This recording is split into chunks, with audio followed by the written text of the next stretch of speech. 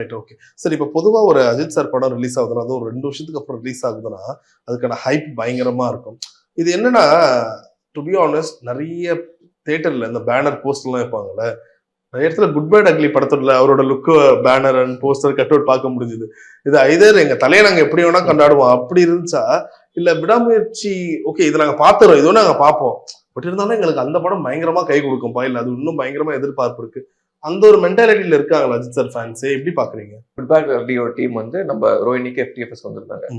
விடாமுயற்சி டீமை விட குட் பேட் அக்லி டீமுக்கு வந்த ரெஸ்பான்ஸ் வந்து பயங்கரமா இருந்துச்சு. ஆதிக்கும் அர்ஜுன் தாஸ் வந்திருந்தாங்க. அவங்களுக்கான ரெஸ்பான்ஸ் வந்து ரொம்ப ஜாஸ்தியா இருந்துச்சு. ஓகே. ஸோ தேர் எக்ஸ்பெக்டிங். நான் கேட்டும் போது அவங்க சொன்ன ஒரு விஷயம் வந்து இன்சைட் சோர்ஸ்ல இருந்து பேட்டை எப்படி சூப்பர் ஸ்டாருக்கு அமைஞ்சிச்சோ குட் பேட் அக்லி வந்து அஜித் சார் அமையும். அந்த மாதிரி ஒரு ப்ராப்பர் ஃபேன் பாய் சம்பவமா இருக்கும்னு சொன்னாங்க. கண்டிப்பா அந்த படத்துக்கான எக்ஸ்பெக்டேஷன் ஸ்கை ராக்கெட்டிங்.